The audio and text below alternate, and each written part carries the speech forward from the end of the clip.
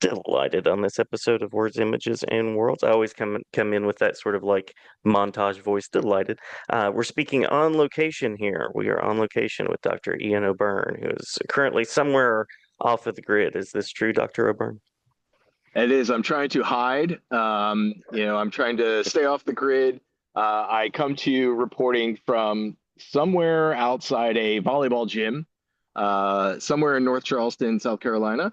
My rising junior is headed into a volleyball camp or a club, and I don't think he fully knows what he's in store for. So I was like, you know what? I'll sign the waiver and I'll step outside and talk about something far more safe, and that's digital literacy and the future of our planet. Absolutely, absolutely. No controversies there at all. No, No, nothing at nothing at all. all. Yeah. And I am in North Carolina, so we are geographically not that far at all. Yeah, exactly. It's interesting Yeah, seeing the storms come up and down, and thank goodness climate change isn't real, or else we'd really have a hard time here. So it's I interesting know. seeing like these storms and the droughts and the heat waves, and then it hit us all at once. So Yes, yeah. That's 83 one day, and then the next day it's like 50. It's fine. Don't worry yeah, about it. It's exactly. fine. Yeah. Well, you and I are both interested in digital literacy, and we've met once upon a time, so I can confirm that you exist outside of Zoom, in person even. So that is a nice thing. And we've collaborated a little bit in writing, editing kind of stuff. So curious about, what is currently on your mind in terms of digital literacy, and how do we sort of not talk about Bruno and not talk about the elephant in the room? Not that I have an elephant in the room, but I think you know Yeah. what I mean. Yeah, it's one of those. So I wear many hats. I am a literacy educator and researcher. I grew up in the New Literacies Research Lab at UConn, and so I was one of those folks that, we had that piece in the New York Times talking about is reading online really reading? It sounds so quaint now, where we would talk about is YouTube, or is a podcast or is a video interview like this, really reading? Is it really a literacy practice? Um, and then now I still teach and do research in literacy. Um, I am director of the Initiative for Literacy in a Digital Age. We can talk a little bit about that. As part of that, one of the things that we're doing is we're trying to think about folks that do work online and in hybrid spaces and and folks that are trying to build community and for all intents and purposes make the world a better place. How do you do so in this current climate? How do you do so in this age where if you believe in science or research or education, or you believe in crazy ideas like empathy or equity or access, you might not be the most popular person in the room. And also at the same time, we're trying to branch it out so it's more than just educators and researchers and folks like us. It's, you know, nonprofit members, it's business members, it's parents, it's, community organizers. How do we bring people together to think about how do we really organize and be really, that the power that I think you and I will agree with, like in digital literacy, how do we sort of focus on and build that power? Um, and much of the work that we're doing is focused on running our own. So we're trying to think about how do we run our own Zoom? How do we use like open source tools to not to de-Google ourselves? Members of our group really had a field day last week with the Canvas hacks, and a Yes. lot of the folks from days gone by, or actually still days here, folks from a domain of one's own and those models like the indie web are like, we told you, we told you. Um, and then the other thing that I do spend a lot of my time right now doing is a lot of research in coding, computational thinking, and that leads to what we were talking about before, which is Bruno. There's Mhm. a one of the we have a grant, an NSF grant, looking at integrating cybersecurity and AI into K-8 classrooms here in South Carolina.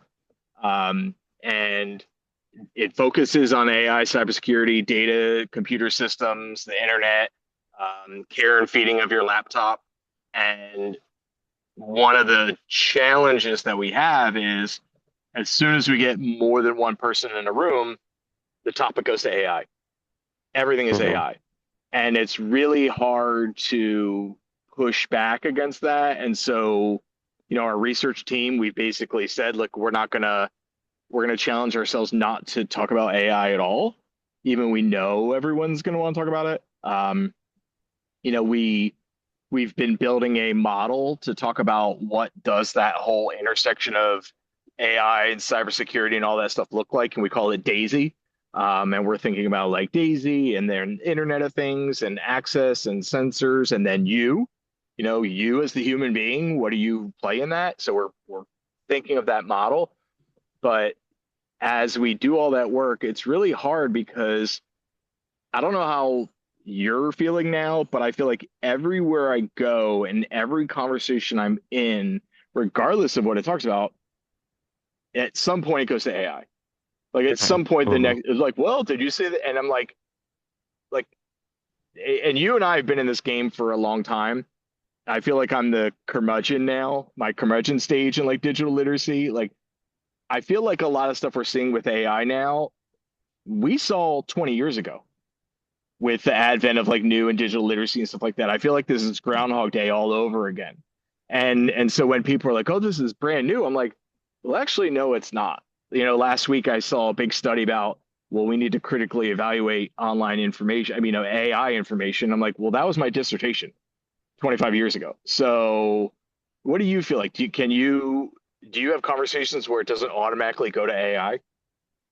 It is very rare, especially anything in the world of literacy, digital. I mean, you put those words together right now, and I think people go to AI. I just put together a proposal for a book about horror fandom and storytelling, like the literacy and interactions with horror as a genre.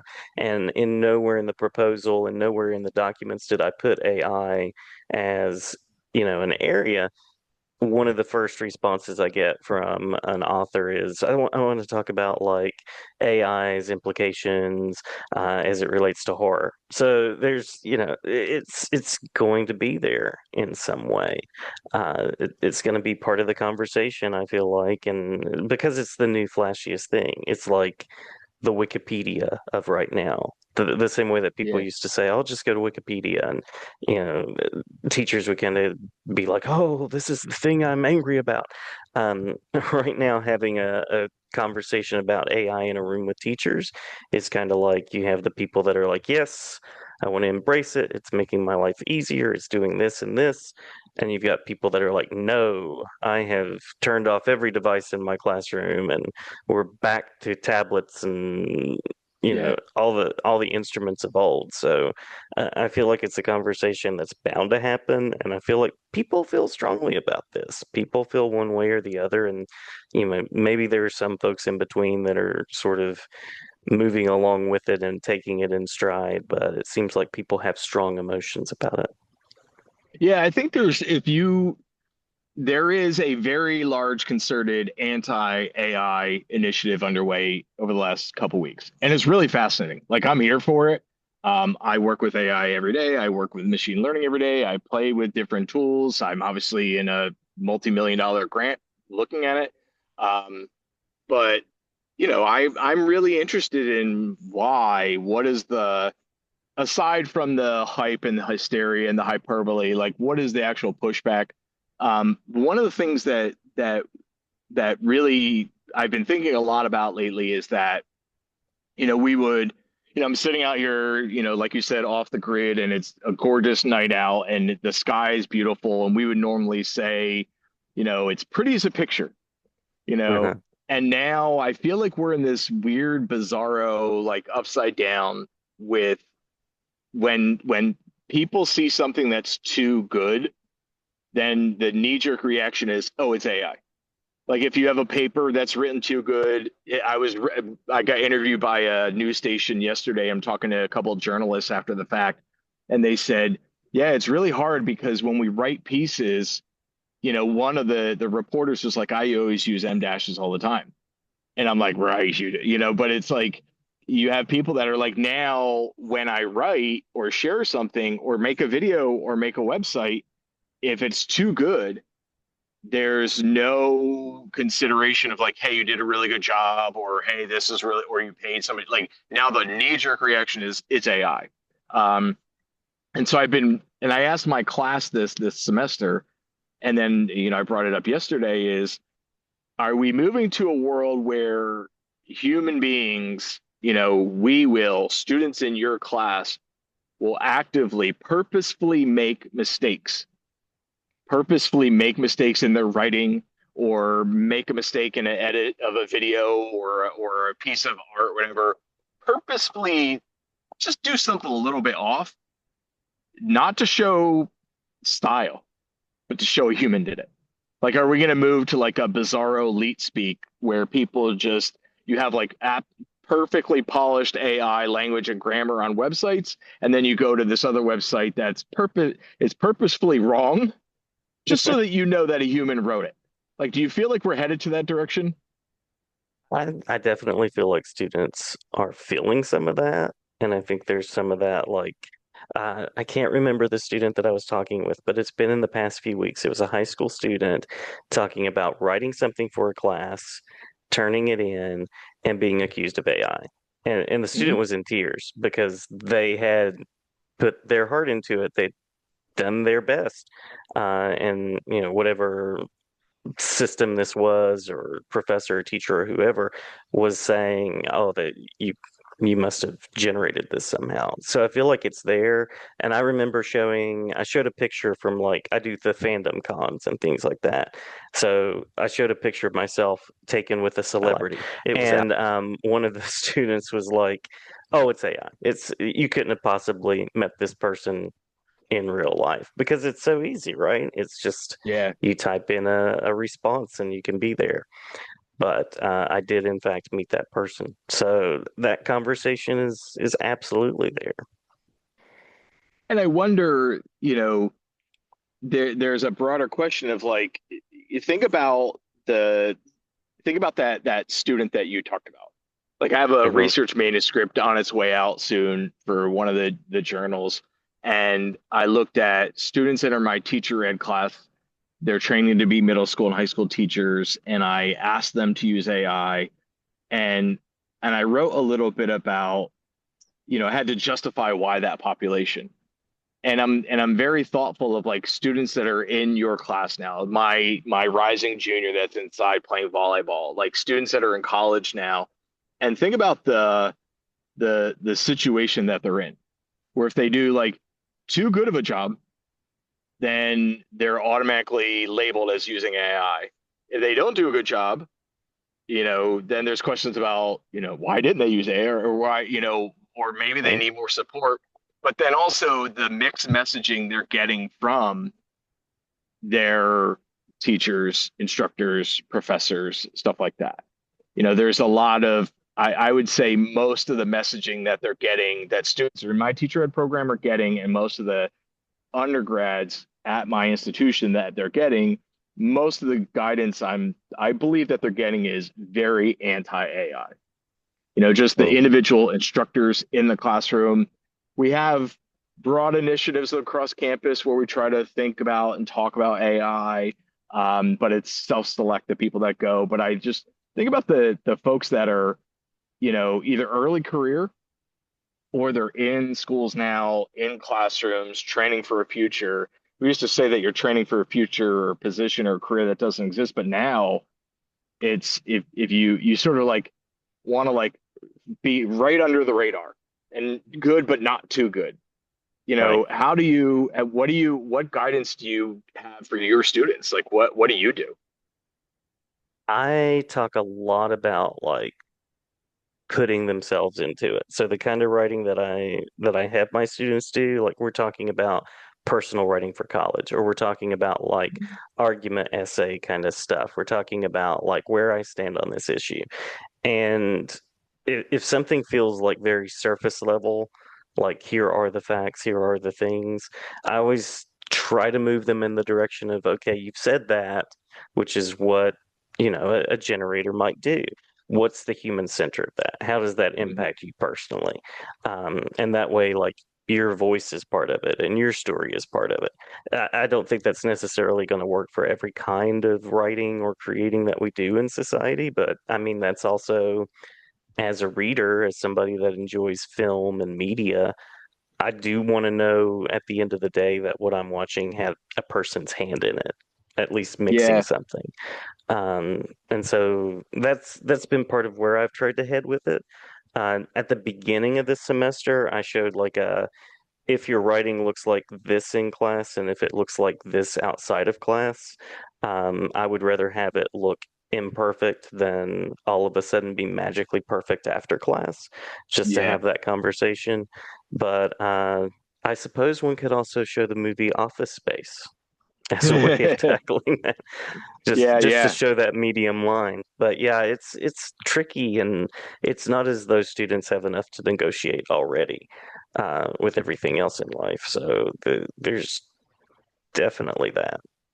Yeah, the manuscript in the research what I was looking at is I'm less interested in AI and I'm more interested in boundary work. Like Mm-hmm. what are the boundaries? What are the, where do students show agency in those interactions? Where do they show their voice? Like one of the things that we talk about is the human in the loop. Where Hmm. is the human in those interactions? Where do you as the human being show up in that engagement? And it could be you and the AI agent, you and a peer as you collaborate, you and the teacher, you and the text, but where are you in that interaction? And one of the things that I'm looking at is that agency, like you show up when it's not a straight line between like that AI chatbot or your partner's feedback or the teacher's feedback to you, but that line is a little bit wiggly. That there's somewhat of a struggle between you and them. And so, I mean, we have to ask the question, are we ultimately designing loops worth living in? But, where is the human in the loop? Where are you, that student, in this interaction? So are you that perfectly polished paper, or are you just the messy paper that's a little bit rough, but it's got really good bones and ideas? You're like, where do you show up in this experience? But that is part of that gets to like, what do we count as quality, right? Like, what are we Yeah. looking for as far as the way we communicate with each other, the kind of relationships we want to have? Um, Yeah, the stuff from the 90s and 80s talks about like cyborg literacies and like what is this going to Hmm. look like when people are sort of like T1000s or T100s and all of this. But I mean, it's taken from like a theoretical stance, like a really interesting direction with AI. Uh, but the boots on the ground, the conversations that we have to have every day as far as like teacher prep, education, law, civics, government, what do you do when you have a president who's creating images online with AI and sending them out there? How do you manage that and think about it?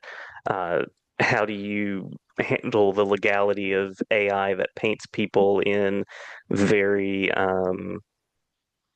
let's say CD light uh, through image manipulation and things like that. Yeah. So it's the atom bomb question. We have the tool now. Now what do we do with it? Now that we're trying it out. But for years I would talk about like digital literacy and new literacy and web lit. And, it was always like, my advisor, had the foreword for the old handbook of new literacy, sorry. And the foreword basically started like, this is going to change everything. And I sat at a conference recently and I was like, how naive were we? Like we had we have all this power, we have all this technology, we have all these opportunities, and I thought, oh, well, this is gonna be something incredible where we can educate everyone and we can level the playing field and we can, give everybody a voice and then everyone can speak their truth. I don't think this is what we wanted. And so, it's like, how naive were we in those interactions? Um, it's funny because was I'm rebuilding my websites. I have used WordPress for the longest time, and so I'm rebuilding it and I'm trying to build them um, simpler and rebuild them as static sites so that they can save, so they can be a little bit more economically friendly, environmentally friendly, sorry. They can run more smoothly. They can run simply. And, WordPress gets clunky. And so I've been learning, thanks to different machine learning models, how can I learn new languages to program these websites? And I've also been using tools to give me like a new design and look and feel and aesthetic and vibe of my websites. And how do I connect this? How do I connect these different threads of my websites and digital identity that I have? And as I do that, then you enter this whole new world where AI slop takes on a whole new meaning because you have all these like websites that are just AI slop, and they all have a Hmm. perfect look and feel and a perfect polish. And so I've been spending way too much time of my life, the last 2 months, trying to really polish and fine tune, and hopefully tomorrow one of them will come live. But I had like a good working draft of what the initial website would look like, and then I sat down and I was like, is this AI slop? Like, is it, they all have the same look. Like, it's perfectly clean, it's got the same organization, there's a light purple hue to it. Like, all the AI websites look the same. So I actively went in and I said, I want this to look a little bit grunge, a little bit low res, a little bit glitchy. Like, my main identity online is an avatar that was created by a high school student of mine 25 years ago. And so I'm like, I can't have this nice, polished, clean, crisp website. I need something that looks a little bit broken. And so I've been actively trying to make it look a little bit broken, just so that people will know that it's me. So I've been spending a lot of time to make that happen. Um, we started this whole conversation by talking about not talking about Bruno, and then we Right. spent 20 minutes talking about Bruno. Which is Um, exactly what happens. Is it is it possible not to talk about Bruno? Is it possible to what would it mean for us to like go into our classroom or talk with colleagues or go to a cocktail party and not talk about AI? What does digital literacy mean without talking about AI? What do you think? I think the word, I mean, that still comes to mind is something like trust. Where do I find my useful information? Where am I finding the best Yeah. information? There's an enrichment side to it. A lot of people that I talk with about the concept of social media, whether they're on it or not, uh, it seems like people kind of prune their social media based on how aesthetically pleasing it is, like how Yeah. rewarding it is to them as a person. So some people are like, a lot of people are like, I'm not on X anymore. Very, very rarely people will be like, yeah, I find Facebook to be the most useful spot. I get a lot of Yeah. like, Instagram is the place or Blue Sky is the place. So there's like kind of like your comfort food in a way Yeah. conversation about digital curation, I think, right now. And a lot of that is just like everyday use. And a lot of these people that I'm talking with are like on this podcast, authors and, people that have to find ways to put their identity out or connect with people and want to do it in a way that is useful for them, but also doesn't create all kinds of hassle, headache, problem conversations they don't want to have Yeah. and those kind of things. So I think there's still some of those parts of it. The MySpace conversation is still out there. What's your current MySpace? Is Facebook your MySpace and that sort of thing? Yeah, I think that there is a my hope is that people are more, you know, careful consumers, you know, of their content and are actively you see that, people are there's I'm deleting Facebook, I'm deleting Twitter or X, like I'm getting rid of Mm, Substack, I'm doing, um And I think that happens all the time. I agree with you that it's interesting. Like there's many of us, I'll speak for myself, that I've sort of like really scaled back what I share online because, I have chapters about anti-racism and digital literacy. Like I talk about critical pedagogy. I say things in my writing. I believe it. I write about equity, or Yeah. advocacy. And so that makes you a target. Um, but I've also noticed that there are, as I do that and love and learn, and I surround myself with other great people, there's a focus on, okay, how do we do this in a way that we learn how to run our own systems and services. We don't trust our institutional emails and our Zoom accounts and all that. We don't trust our Google account. Like we have to run our own. We're going to teach ourselves how to use like Signal and what encryption means. Like we really need to know what digital literacy is.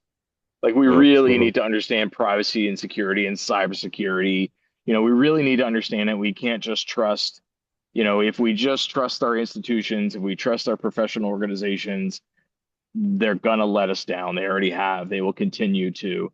Um, I feel like digital literacy is in a place where it's probably more important than ever before, but it's like a mix of, like you said, the trust, the building community. I think it's a lot of the privacy and security and data literacy and cybersecurity. It's a lot of mental health, you know, it's a lot of mental health and charging your own batteries. Dr. Love would talk about like if you're going to do this work, like go to your therapist, go do your yoga, like take your naps. Um, there's a need to also I think that there is at least for my own work, there's a need to like check my privilege, and make sure that I am learning and listening and there for other people. So I think there's a lot of like, okay, how do you run your own systems and services? But then also there is a within digital literacy, I think there is more of a call or a need for like active refusal, you know, a little, dare I say, like civil disobedience. Like we saw with the Mm-hmm. Canvas stuff 2 weeks ago, we have data collection and hoovering up of data, and we have our institutions on my campus. They want to move to like these digital instead of the campus ID card, the plastic card that kids and faculty would carry around. They want a mobile app, and I'm Right. like, this is a horrible idea. This is an absolute. I stood up at faculty senate. I'm like, this is a horrible idea. Why? They don't. Nobody cared. They're going to roll it out. On my campus, the other big thing that happened at the end of last semester was moving our resume, CV, and publications and everything to this brand new fancy Elsevier product.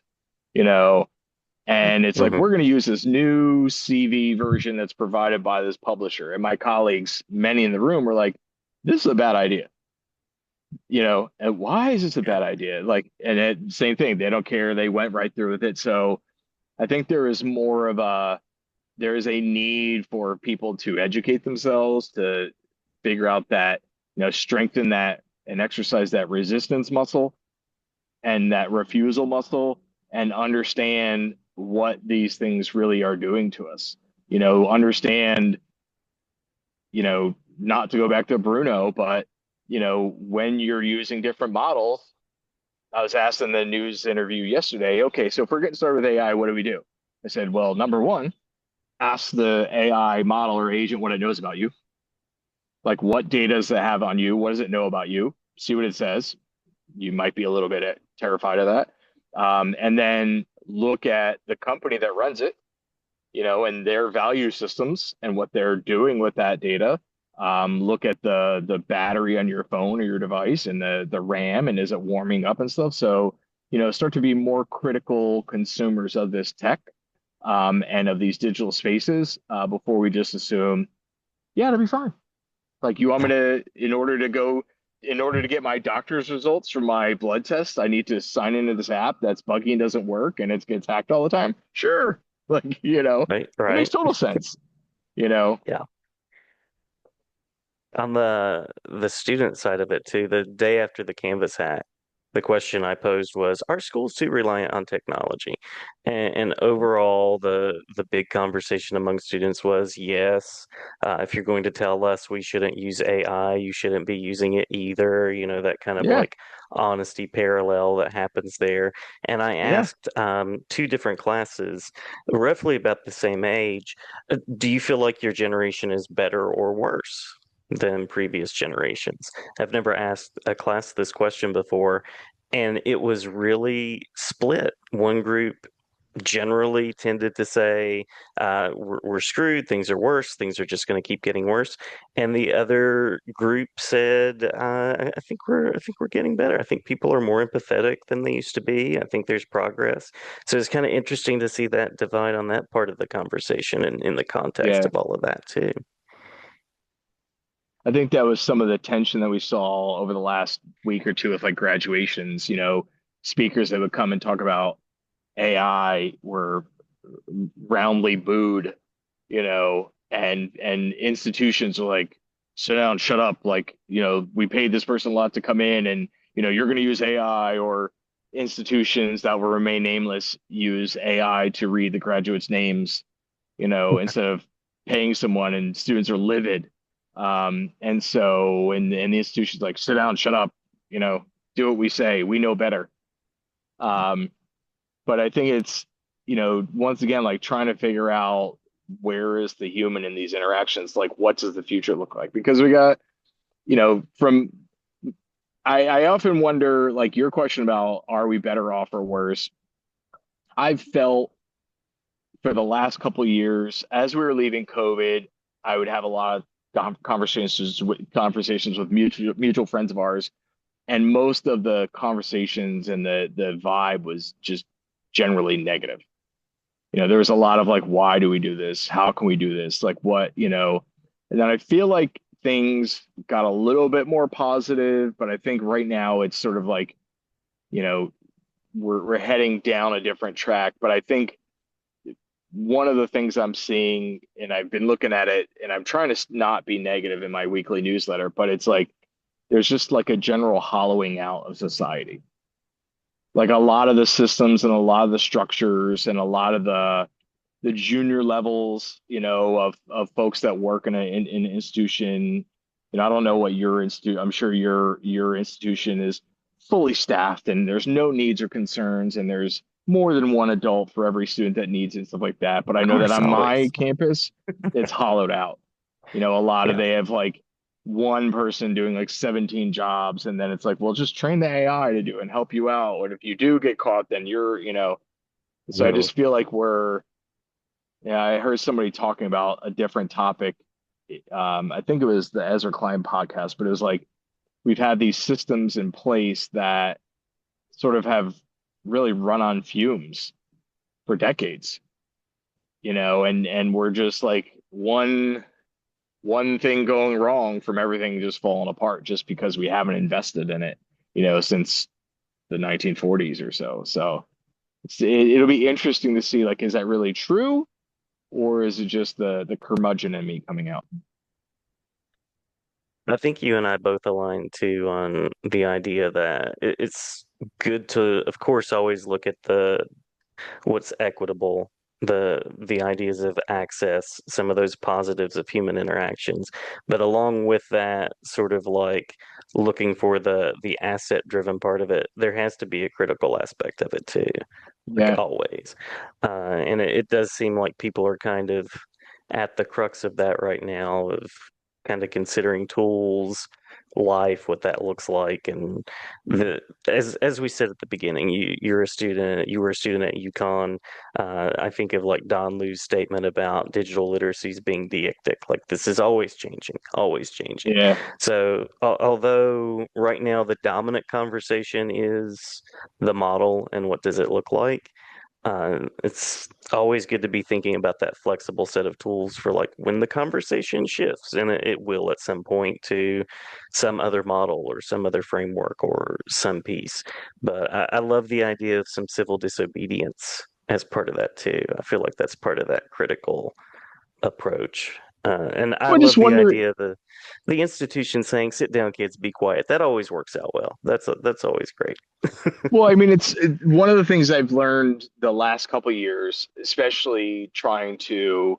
I probably shouldn't say this as director of the group, but like I feel like, and I've said this to people in the group, I'm like, our professional organizations, of which you and I are both members of many of the same ones, and our institutions, they're not there to protect us.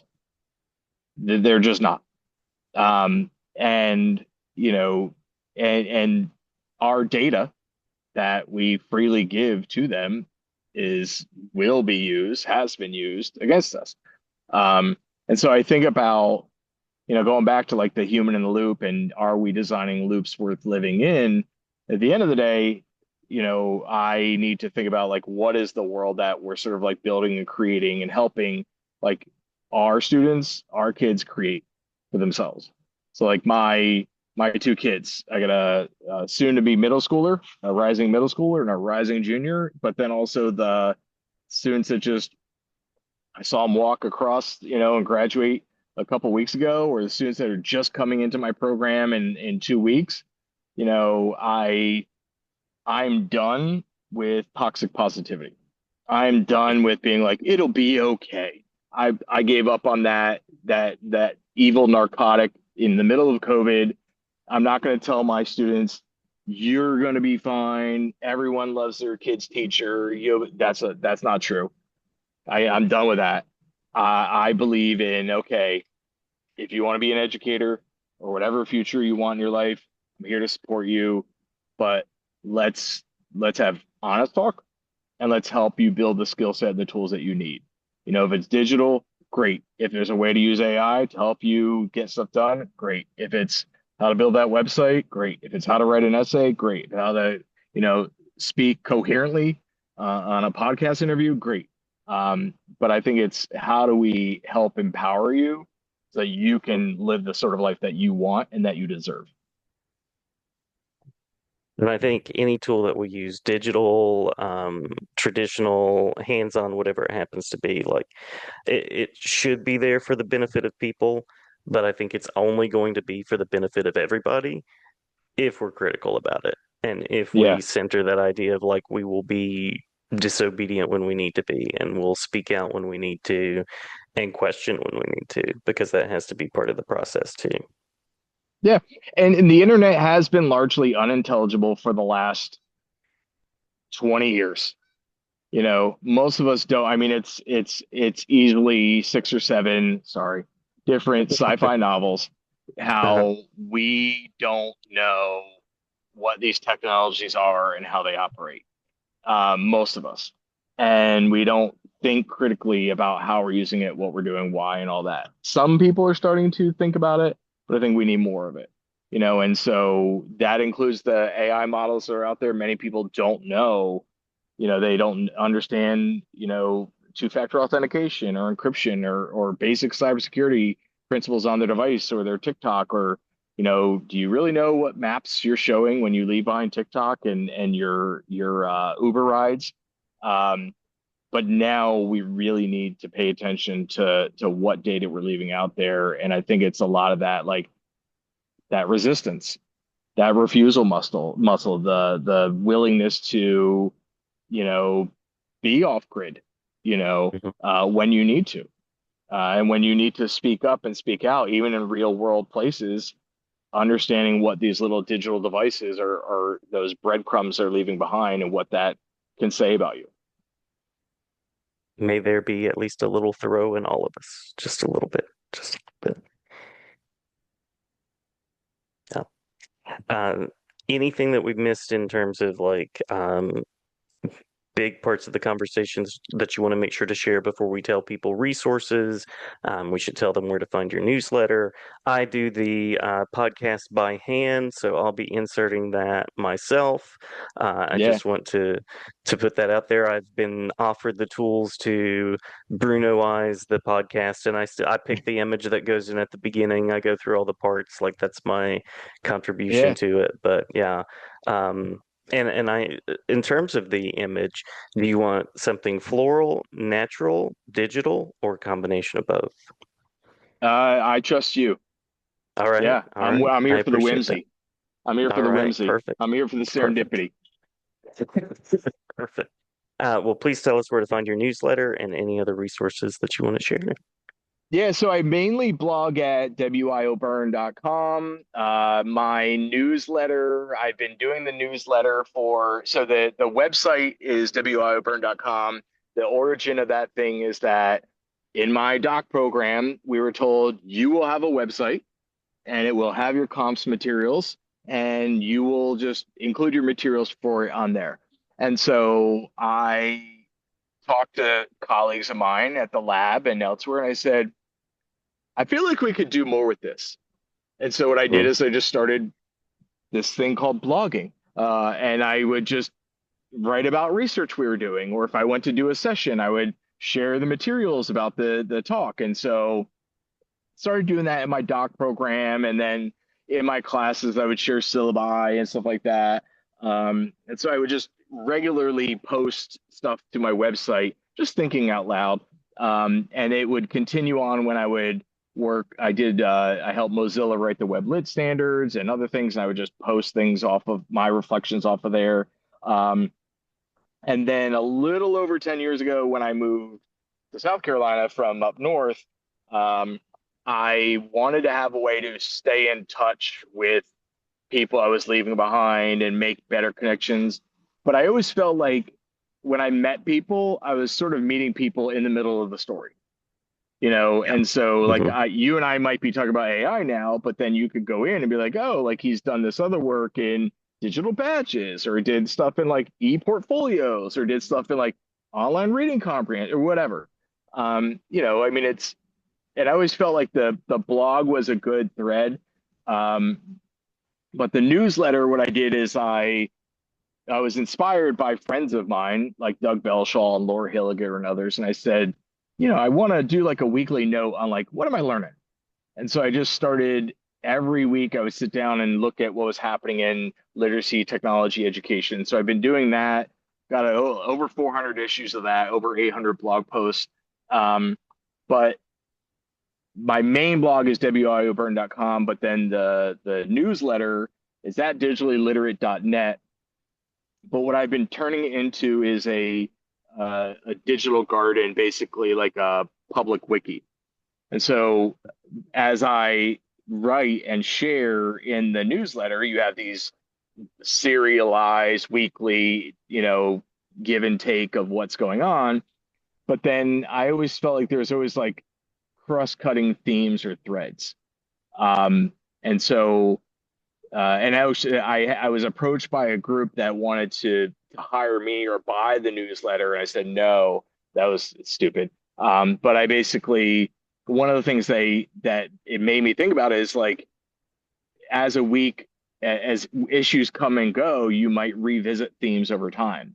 So like if you talk about AI or digital literacy or identity, every 3, 4 issues, like why not constantly pull in and out and weave in and out that thread so you could, not just click a link and go out. So I've been building, for all intents and purposes, like my own a public wiki. So I put all my newsletter stuff into that, along with building cross-cutting themes, and I'm just growing that thing out in the wild. So it's been fun trying to explore what does the future of a newsletter look like. So that's at digitallyliterate.net. And then I moved the outsourcing of that. I was at Button Down for a while, and I hosted my own for a while. Now I'm trying out Substack, mainly because I want to see what it can do for like outreach and subscriptions and stuff like that. So I run my own, but then I dip in and out of different areas. So all that's out there, and I'm thinking about going back into podcasting and YouTube stuff, because I haven't done that in a couple of years now. So we'll see what happens. It's been a good space for me to connect and share ideas, and I like the open access nature of it. Yeah. Very rarely will I get a comment from somebody yelling, So that's been a positive. There's only been a few, but yeah. May it be so. And we May the know who you are. conversation continue. That's right. That's Yeah, right. I All the know who you data is are. collected. Yeah. That's right. Always a pleasure to talk with you. I hope to connect in person again at some point as well. And lovely chat. You as well, my friend. Thanks again.